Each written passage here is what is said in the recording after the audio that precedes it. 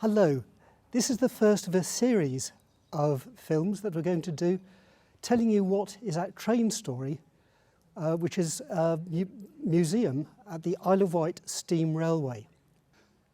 The idea for Train Story came about when the building behind me was opened. This is the carriage and wagon workshop. Inside there at present, I believe there are 3 carriages undergoing restoration or repair. This was opened in 2004 and it gave rise to an interesting problem. We at the Isle of Wight Railway have a large amount of carriages and locomotives. At present I think we have 5 steam locomotives which are working, 3 which are undergoing major overhaul, 1 awaiting restoration. In addition to that we have a large number of carriages fully restored. And the problem we encountered was that once we had done the restoration, there was nowhere to keep these items. They were in effect being left in the open over winter, covered in tarpaulins. And a lot of time was being wasted having to revarnish and polish them up and do other repair work simply because they were stored outside. As a result of this, the railway contacted the Heritage Lottery Fund and got permission for what was primarily intended as a storage facility. In fact, Train Story is far more than that. Some people refer to it as the museum. It is a museum, but again, it is more than that. And I'll be taking you up there now to show you what we have inside. The normal route to Train Story is through the shop, through carriage and wagon, and along a path which is passing by various things, including on the left here, Spark Hills Roo.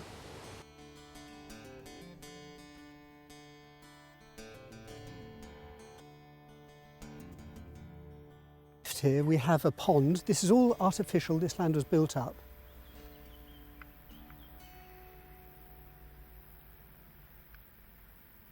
And there is the building for Train Story itself. It's a large building. It has 5 railway tracks in it, each about 100 metres long. The one on the right is under a cover as well, even though it's not actually within the building. To the left is a grounded body of a carriage, which is preserved as a 1950s holiday home. It came from Thorness, and it's basically there to show people why we've got so many carriages and old rolling stock in Train Story. We have been gifted a lot of items by people who inherited or acquired them many years after they were taken out of service. Around the island, the carriage bodies were used as garden sheds, summer houses, beach chalets, holiday homes, and there's even a luxury house on the island where the ground floor is actually 3 railway carriages. And as time goes on, we have been offered these, and we are restoring them all eventually. This one, however, will not be restored. It's being preserved as a holiday chalet to show people what the condition that these carriages are in when we first received them. This is the entrance foyer to Train Story. And it starts with a welcome video giving you the history of the Isle of Wight Railways, but also the history of the Isle of Wight Steam Railway. In effect started by 3 teenage boys wanting to buy a locomotive. And it's amazing that from that very humble beginning, we've now got this well recognised steam railway which has won many awards.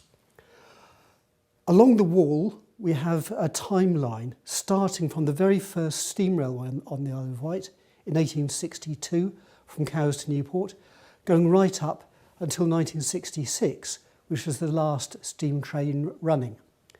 It tells of the development of 100 miles of railway track, of which now sadly we have 5.5 miles at the steam railway, plus there's the electrified section from Ryde Pier Head to Shanklin. This mock-up of a carriage shows a film which shows the holidaymakers coming to the Isle of Wight in, I think, the late 50s, early 60s. And we sometimes forget just how busy Ryde Pier was, really crowded. The problem was that these crowds were just for basically August and couldn't sustain the steam railways on the Isle of Wight for the whole year.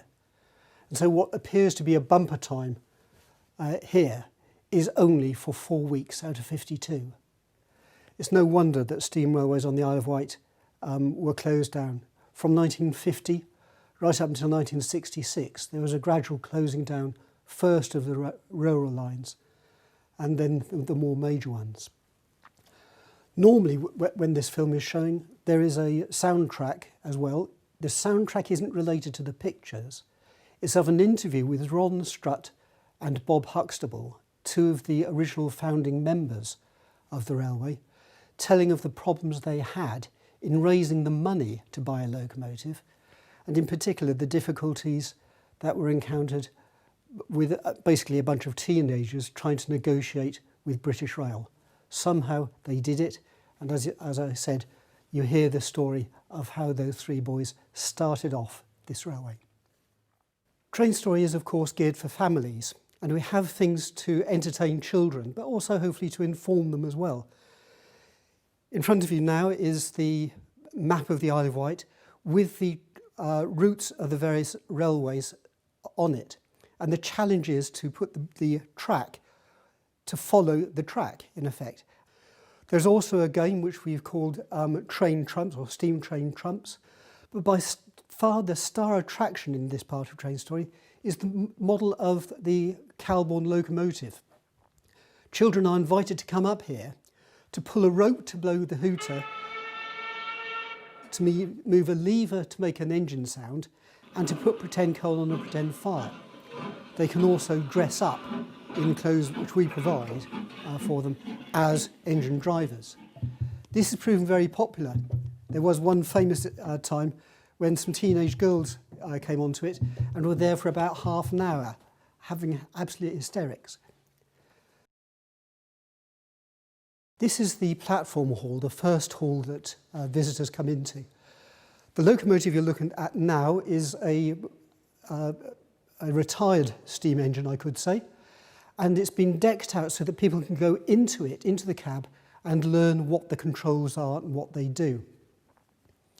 Sweeping round, you then have a rake of 7 carriages.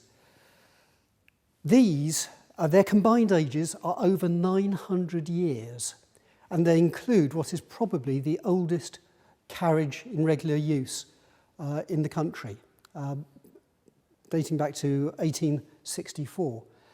But often when visitors come here, that space is actually empty because those carriages are used when we run 2 trains. The marvellous thing about the railway is that we don't restore things, with very few exceptions. Things are not restored for static display. They are restored for use. On your left here is a carriage which is awaiting major restoration.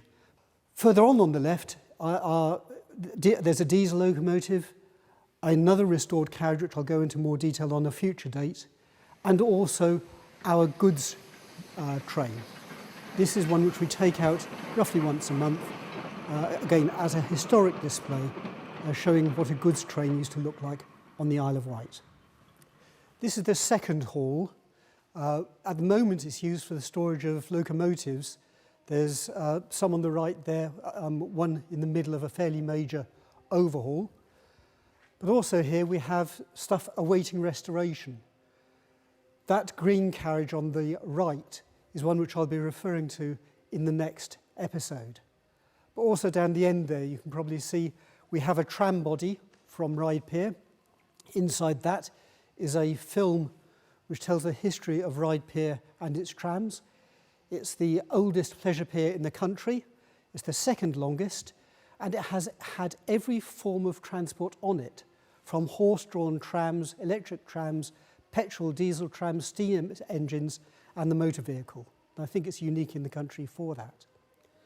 What I should have mentioned as well is that we do have interactive pods in both these halls, allowing visitors to touch the screen and call up more information about a particular exhibit if they're interested to learn more. We do have signs on some items, but we try and keep the signage to a minimum. This is a very fine, very detailed scale model of Ventnor Railway Station. We think it was dated about 1950s by the look of the road vehicles involved, built by Reg Deer over many years and exhibited by him. It's in 2mm scale, which means that it's very small but very accurate. Every year we try and have something new at Train Story, whether it be a new exhibit or whatever. And in the last 12 months we've had something small put in, which is proving very popular. And it's this, it's just a signal lever that actually operates a real signal. And what has amazed us is the enthusiasm which children are using that. But more than that, I've seen pensioners using this with huge smiles on their faces. And it's amazing that something so simple is proving so attractive. Below the signal is a platform indicator. This was on Ryde Pier and it notified the driver of the train which platform he was going to be directed onto. There were 4 platforms there when the railway was fully operating, and that number was just to let him know basically where he was going, even though, let's face it, he couldn't do anything about the direction, could he? Well, that's it for this episode. Thank you for viewing it. I hope you found what I've had to say of interest, and perhaps we'll have you here one day as a visitor, perhaps as a member, or perhaps as a volunteer. Our next episode will be focusing on one particular restored carriage which is inside Train Story, and I'll be talking about that in the next episode. Thank you.